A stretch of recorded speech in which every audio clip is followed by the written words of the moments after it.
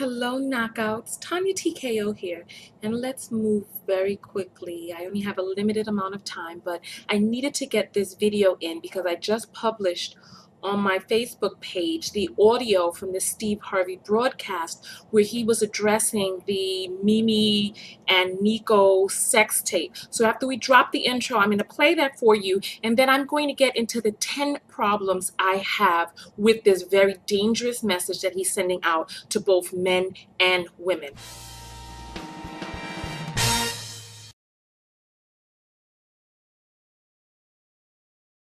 Glare into the future as you make your decisions. You can't have a child and make decisions based on just you.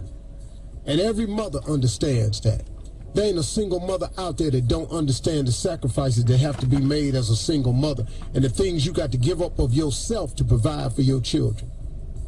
So when you're making these decisions out here that you're going to make a sex tape or you're going to get involved in the sex industry, stop thinking about right now, whatever little momentary 5 minutes of fame and little piece of little change they're going to put in your pocket, because whatever money they put in your pocket, it ain't going to be worth the hell that come with it.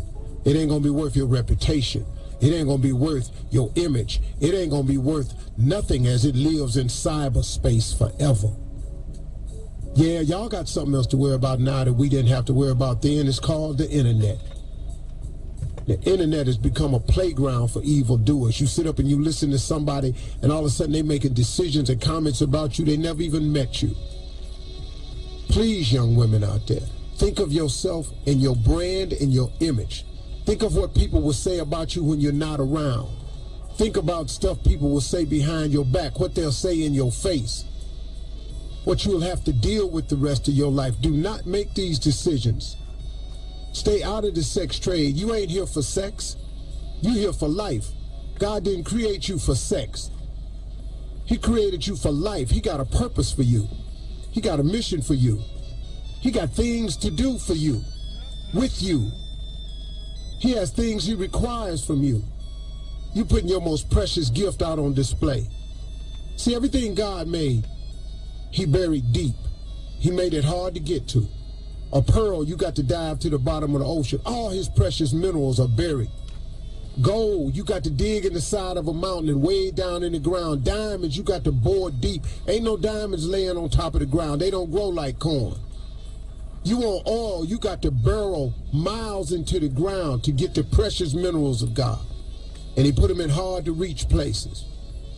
And this thing that y'all sitting on, this thing that every man got to have, your body, that precious jewel that's in the most hidden place on your body.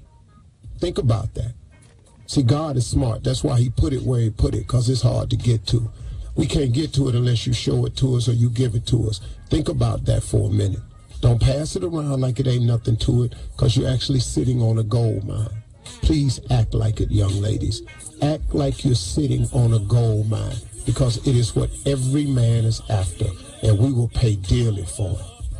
Think about that, okay? Okay, so like that last part just really creeps me out, and I'm going to go step by step. Let's start at the top of the audio clip. Number one, he starts out talking to single mothers. And he's talking about this issue with creating a sex tape or porno, etc. And one thing that he neglects to realize is that he's not only talking to a single mother. First of all, let me just give this disclaimer.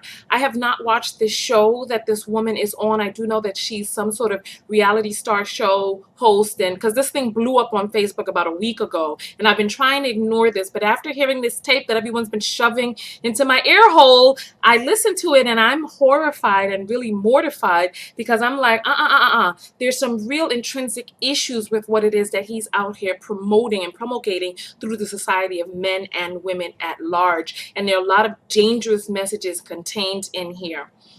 Number one, he starts out talking to single mothers, and believe me, I understand where he's coming from. He starts out okay, talking about, okay, make sure that you know that you have to make sacrifices for your children, etc., etc. Okay. But then one thing that he neglects to realize is that he's not only talking to a single mother, but he's talking to a grown woman and a reality star at that. And so you have to understand that she serves a very niche, a very small portion of the population that's going to be engaging in some pornographic tape anyway. That's number one. And before any person engages in a porno, you best believe that this is a decision that they've thought about, which is right for the circumstances of their life at that time. You're talking to a grown person. Every person who engages in a porno has to be above the age of 18. So some of the younger people, maybe they make some mistakes or whatever. But you're talking about addressing, from what I hear, I think they said she's 40, 45. Well, I saw her shape. Look, the woman's looking good. But nonetheless, you're talking to a grown woman who made a decision which is right for her life. That's what we're talking about right now. So problem number two that I have is that he starts going into, oh, make sure that you know that what people are going to, what? Oh, people are going to be making comments about what it is that you're doing. And I'm thinking to myself, Steve, you mean like what you're doing? He's talking about how people don't know you're going to be commenting on what it is that you're doing. And I'm like, you're doing the very same thing that you're accusing or saying that other people need to be wary of or should not be doing. That's problem number two. Problem number three is that he goes into this whole thing about how people are going to be saying stuff behind your back, and you need to be very mindful and very wary of what it is that people are saying to your face and behind your back, and what you don't know what they're saying behind you. And I'm thinking to myself, oh, Steve, honey, if you only knew what word on the street is and what people are saying about you and your multiple divorces and this book and these movies that you put out about this thinking like some man and acting like a lady and all the controversies surrounding the amount of turmoil that he's had in his romantic past and having the audacity to put out materials like this. Is he concerned about what it is that people are saying behind his back? Did he take into consideration? See, part of the problem is that we put women in a predicament where we expect for them to be also mindful of everything that everybody else is saying, in especially, see, this is so it's like, when I say that I have 10 problems with this, some of these are so interwoven and so intermingled into the fabric of the other issues that it's just so tightly bound together. Because number one, you're talking about a grown woman whose sexuality is her own. But then we're constantly putting women in these positions and in these situations where we're expecting that a woman's sexuality is public domain, that a woman's body is public domain, and that a woman's body and sexuality is somehow property of anybody else besides her own, so that we have to be careful of what it is that other people may be saying about our sexuality, so that women are living in these psychological prisons where they're not able to do what it is that they see fit for themselves because they're concerned, or what are people going to say if I do this, or what are people going to say if I, and it's like, you know what, I did this, I posed a question months ago on my Facebook page, and all my links are below, you'll be able to see those. The question I posed was about, when does a woman own her sexuality? At what point is a woman able to do what she sees fit as with her vagina without having to be ridiculed or having to be held accountable to the trial of public opinion, where people can call her all sorts of names? I said, it's definitely not in her 20s. Is it in her 30s? At what, in her 40s, perhaps when she's in her 50s? And it's like, most people agreed that by the time a woman was over the age of 50, that she could do whatever it is that she wants with her body without being subjected to the ridicule and scrutiny of the public. And I'm like, by the time she's 50, so that all the time before that, her sexuality and what it is that she chooses to do with her body is governed by people and their opinions of it. That was problem number three. Oh my goodness. Problem number four. I have a huge issue with this. God didn't make women for sex. Listen, I had to have a moment of silence on that one. I couldn't believe what it was that I was hearing. God didn't make women for sex. And see, this is tied into problem number 10. That it's tied into problem number 10, problem number 9. So many different issues that are tied into this issue right here, this problem right here. Number 4, God didn't make women for sex. If it wasn't for sex, none of us would be here. It's like he said God made us for life. Okay, how do you create new life? It's like, oh, that's problem number 4. Let's move on to problem number 5. This is when his I don't want to call it a diatribe or even a tirade. I don't know what to call this thing. This is when his little speech got a little started to really creep over into the dangerous side. Problem number 5, he starts saying that our body, I can almost cry thinking about this. Our bodies, our vaginas are our most precious gift. Whew. Lord have mercy on us all. Really? Most precious gift? So that the summation and the worth of a woman is tied to not only to the physical, but a very small portion of her anatomy, negating all other contributions that this woman may have. So then when you say something like a woman is not made for sex, yet her vagina is her most precious gift, then what is it that she has to offer this world besides sex? Let that soak in for a moment, please. What about her spirit? What about her human essence? What about that esoteric part of her being that's not tied to the physical? What about that part of her that is? It's like nothing else seems to matter except her vagina, most precious gift. See, this is part of what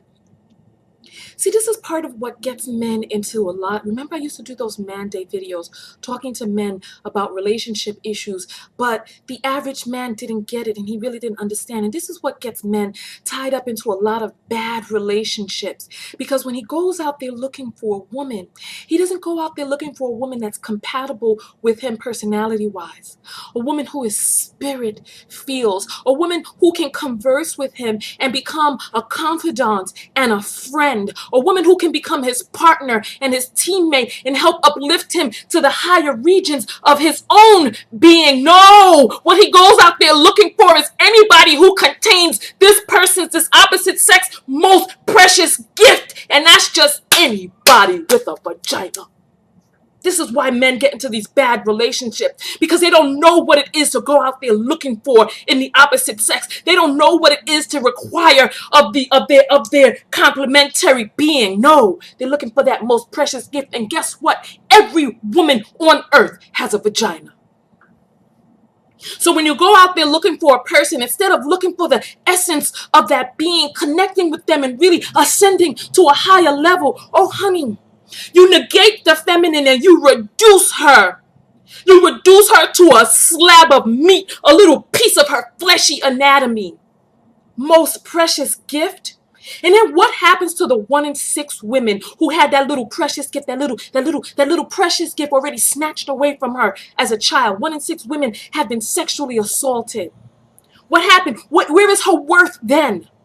Since she done had her little cucina snatched up from her as a child or as a young adult, who had people stabbing up disrespectfully that little piece of meat.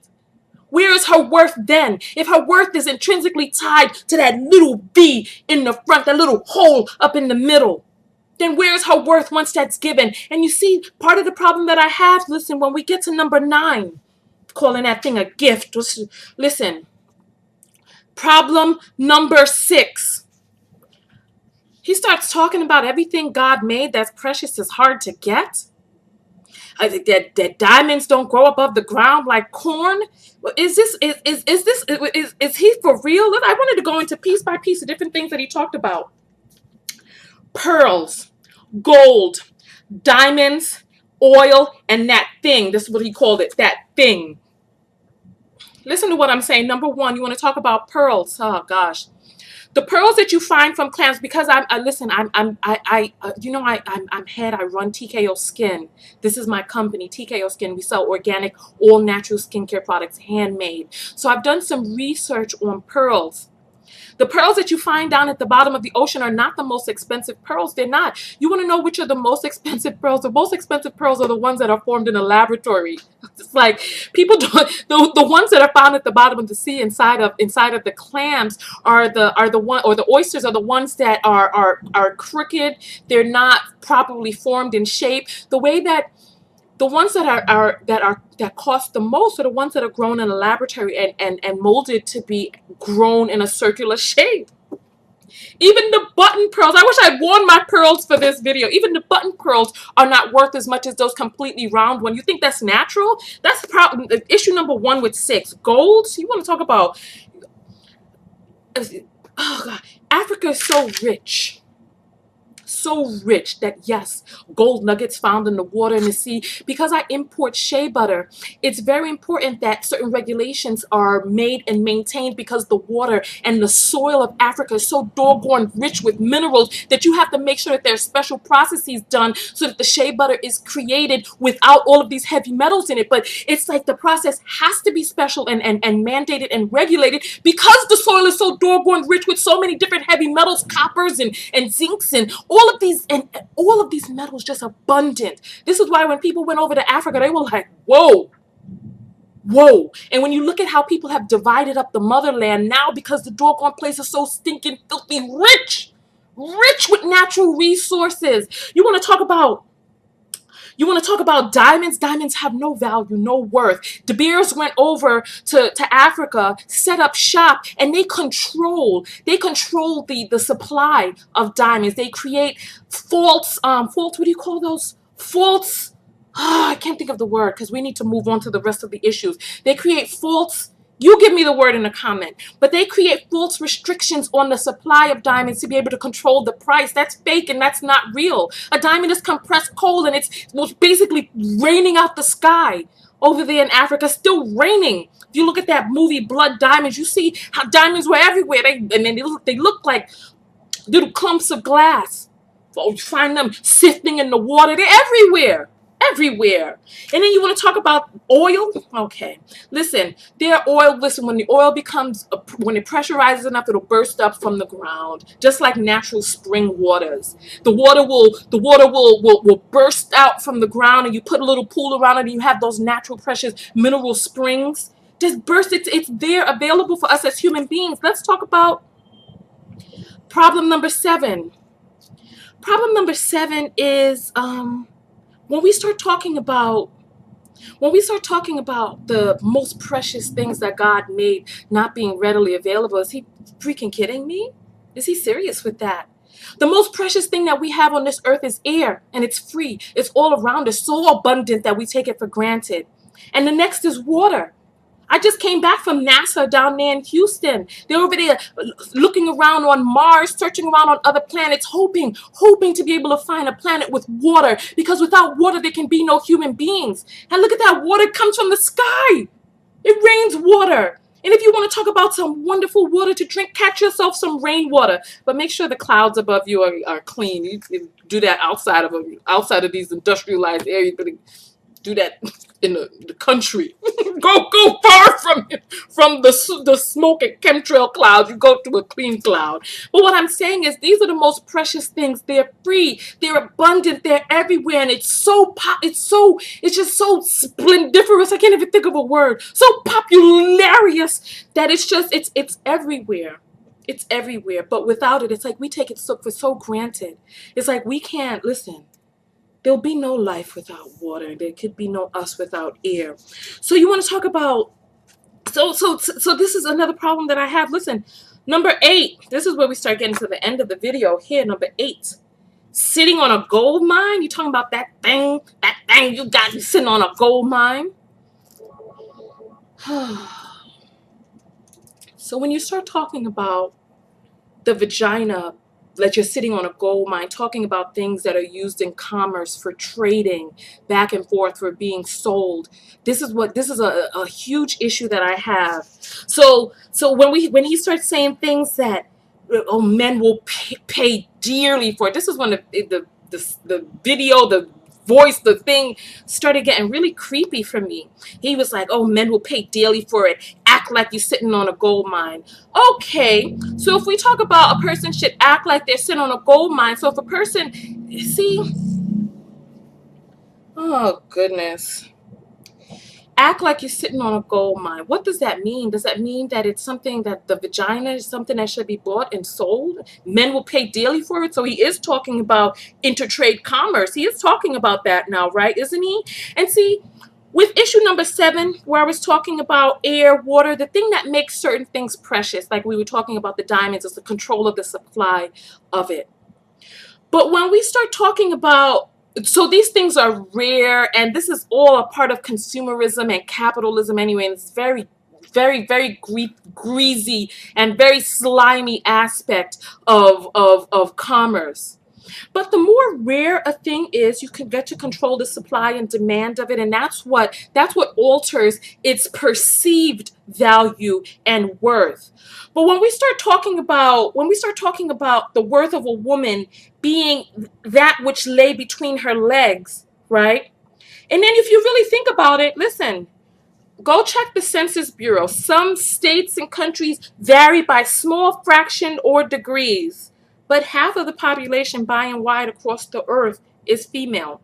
Half of the population is male, half of the population is female. So when you start talking about, oh, this is so rare, this is where we start getting into the dangerous thing, when we're like, oh, this vagina is so rare, but yet half of the population is walking around with vagina. So what is it that you're trying to say? So that to control the supply and demand of vagina when half the population is walking around, this is why we have so many of the issues that we have now, because women use their vagina as some intertrade commerce thing, like he called it, that thing, so that they're using it as a way to, and this is why women are getting more and more nude in the clubs, because they feel that their vagina, that little fatty down there, they feel that that's their most precious thing. So to attract other people, they're using sex and sexuality to attract these other people. So that I saw a plastic skirt. Somebody was walking around with a plastic skirt on, with a thong on underneath. So that we got women out there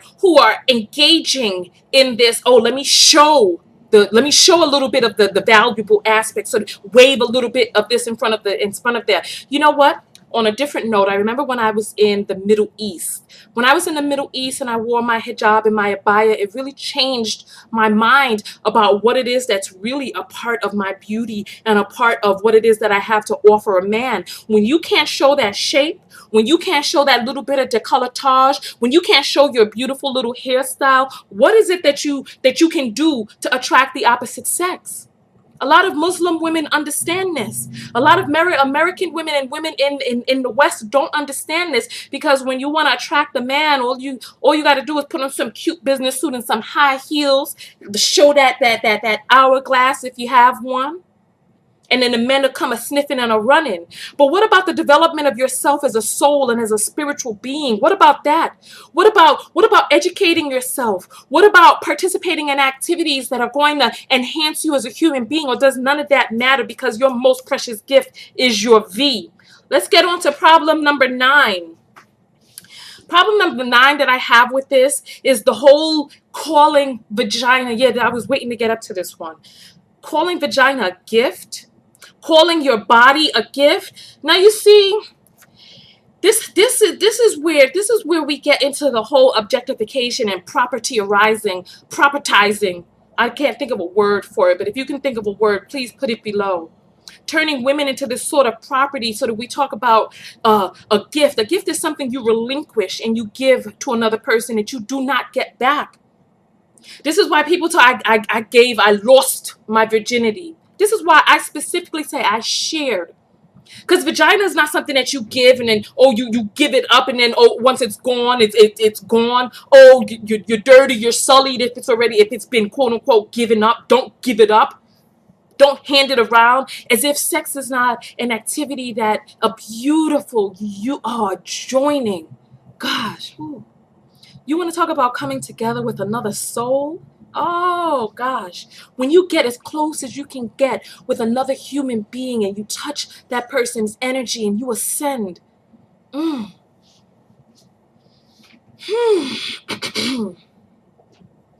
So see, that's the problem that I have, number 9. Because we're constantly having this reference to women as being these things that we give. But then see, problem number 10 that I have. Problem number 10, that God, what has he said? God made us for life. Vaginas are what men want, and they will pay dearly for it. So see, there's a conflicting idea. Okay. Now see let's break it down, because this is the most important one. I want you to stay with me here. Okay? Women were not made for sex, yet that's their most precious gift. That's side by side. And men will pay dearly for sex. So here we have people who were not made for sex, yet that being the main thing that men want, that they will pay oh so dearly for. So that a woman engages in the trade of bartering something which she was not made for, to be with a person who wants that very, very much. And this is where the betrayal comes from, the betrayal of a human being. When you betray women by promoting, you betray men as well. You betray all of society. You betray life when you start talking like that.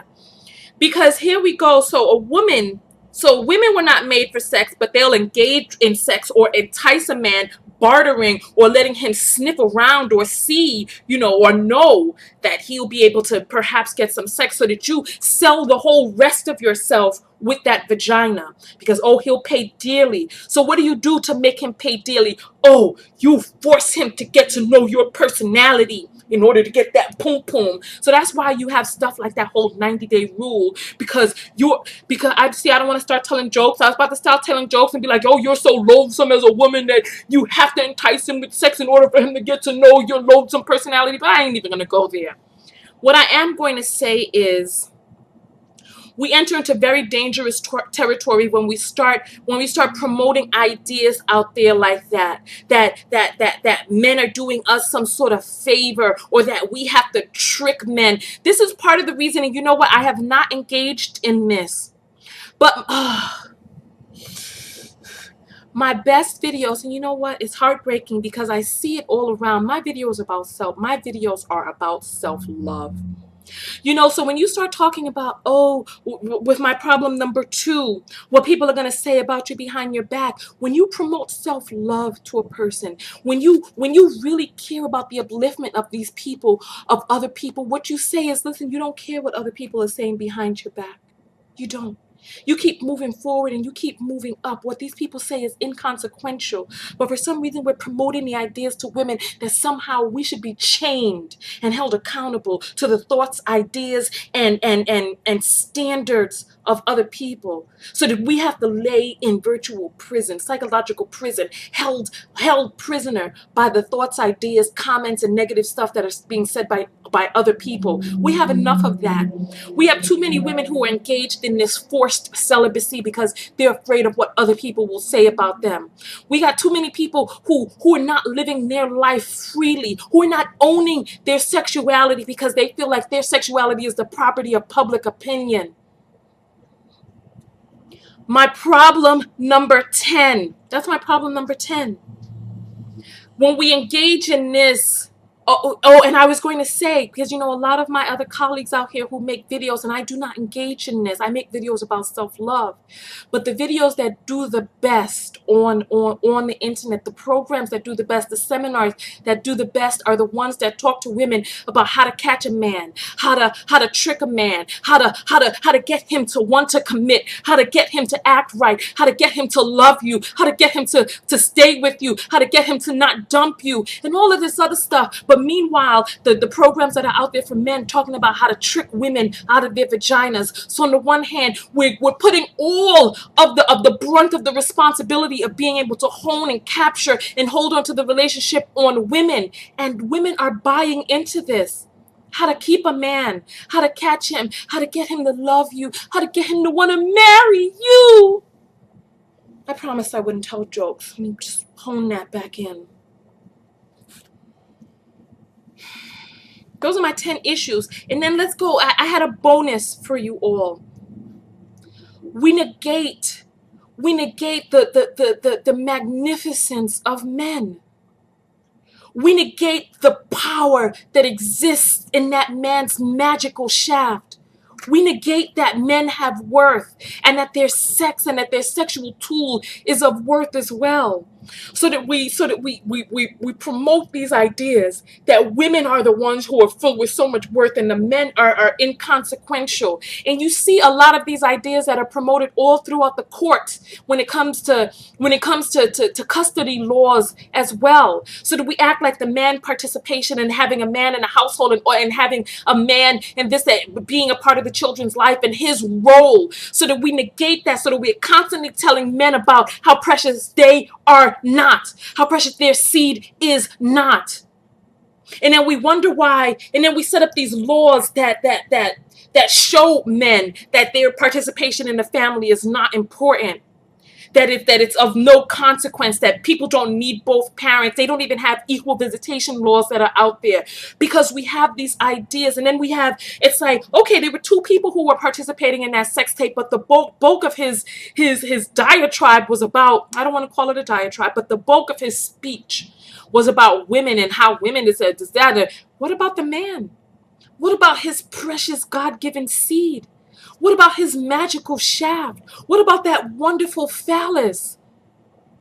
And it's like, so we absolve men of their responsibility in the mating process, in the sexual process, so that it becomes a process of conquest. So that the man gives up his penis to get this great gift in return. And then when a child is made, it's the woman's child. It's like when the scandal is here, it's the woman's scandal. And it's like we're constantly negating the beauty and the magnificence of men. And this is permeated throughout society. So when we talk about a person like Steve Harvey with his mentorship program for young men, what ideas he's sending out there when he doesn't talk to young men about the value of their seed? Hey, you know what? Listen, I dated a man who had impotency problems. Let me tell you something. Oh, that penis is a magical and a powerful and a wonderful thing. Because if that penis cannot get hard, baby, there are no babies. There's no life without erections. There's no way to get the semen out. You have to have that erection and you have to have that ejaculation. When we talk about whether or not the woman is the most precious aspect of it, a woman can get pregnant even when she's not ready for it. But there will be no pregnancies without that hard-on. There will be no pregnancies without that phallus. There will be no pregnancy without that ejaculation, that magical, beautiful, God-given seed. And the process that exists when it rises from the testicles and out through the shaft. That's a beautiful, beautiful thing. Like I said, I dated a man who had erectile dysfunction, and it dawned on me how important and how beautiful and how wonderful a hard penis is. It is. And if you've ever come across, listen, any of you ladies who have ever had a man who has climaxed before you got the chance to, you know how beautiful and amazing it is to be able to have a man who stays stiff. That's important. And it's like we negate the importance of men so that they don't even feel the importance either, so that we have men leaving their children. I could get into a whole other story. So listen, that's my whole video. I told you why I have an issue with this whole Steve Harvey thing. I went point by point. So the least you can do is leave a comment below. I'd love to hear your comments. I'd love to hear it. Let's engage in some sort of intelligent dialogue about this. I know maybe my video was the diatribe. I was speaking so fast, right? I wanted to hurry up. But listen, I love you all very much. Hug me. I love you all very much. Hug, hug, hug. Love, love, love. I love you all very much. Go out there and love one another. But most importantly, love yourself. And if nobody's told you, let your big sister tell you. Your vagina is not the best part of you. It is not the best part of you. There is so much more to you. There is. Honey, there's a force inside of you. There's a beauty inside of you, and you bring a lot more to the relationship than just your body or what's between your legs. This body is nothing. It's dust incarnate. It's that spirit, it's that soul, it's that energy you have inside, that essence, that life force, baby. That's you. That's the most precious gift that you can give another person, that true connection. You know, we negate the feminine divine, and we negate how a good woman, how she helps that man reach heights that he'll never be able to ascend to without her. Oh, honey, woman is the food that feeds man. We feed this earth with our energy, with our love, with our power. Believe me, vagina is not the best part of you, so that when your vagina is taken or given or absconded or handed out or gifted, that there's still more to you. There is. In sex, oh honey, remember I did that video, is sex the worst thing that can happen to a woman? If you listen to the way these people tell it, oh yes it is.